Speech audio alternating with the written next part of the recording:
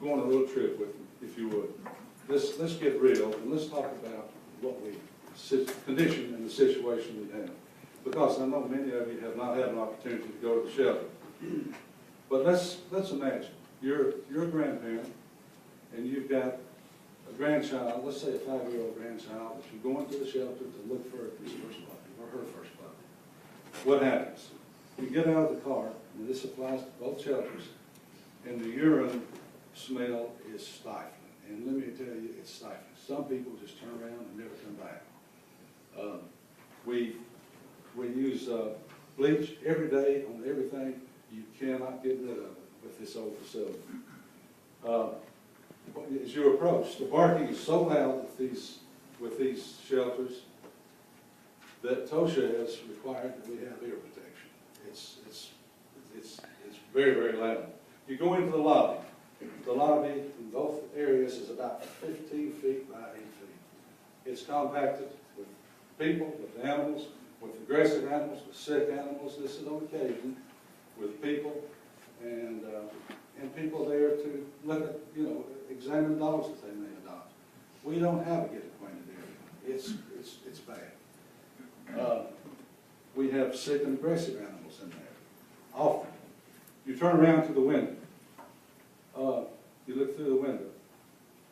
You see every day, I'm not sure how to say this, but rat crap all over the place. It's in the files, it's on the desk, it's on the furniture, it's on the floor, it's on the shelves. We can't get rid of it. We've got 2 exterminators there, full time.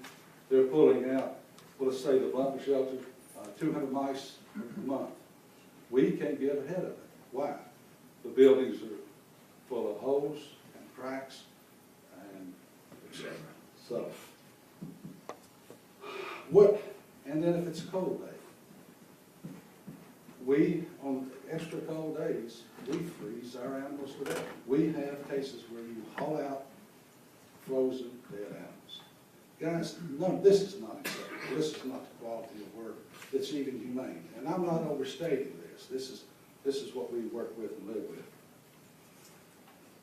Focus on TV ads that we've seen, all of you've seen on Humane Society, and you see dogs that are shaking and scared and abused, etc., etc. These are your animals. This is what we are living with. This is what we have got to change. Let's get to the point. You've got, I think, a simple choice. We can go one of 2 ways. We can buy the land, join Bristol and Kingsport. The property is $42,000 below the market price. It gives us an opportunity to plan and cost out and determine a funding plan so we can see if we have a gold project.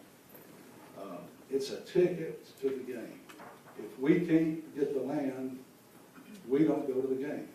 We don't have a solution. The alternative is you guys get back into business. I mean, that really is what it boils down to. Your cost is not going to be $364 a month.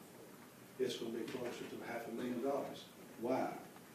Because it's the government entity that does not get donations, adoptions, or volunteers. And we've carefully, with accountants, costed this out. You assume a 30-year-old building. Now, I have in here the cost that had been determined by engineers, etc. To put that building in usable shape is going to cost you $640,000. Guys, you're going to spend money one way or the other, and we don't want you to return, or us to return, to a capture and kill facility. 5 years ago, you were putting down $5,000 a year. Bottom line, your vote today, I challenge you, your vote today is not to fund the shelter, but to permit the development of a plan. Thank you. Thank you, Mr. Parham. Yes, sir. Appreciate it.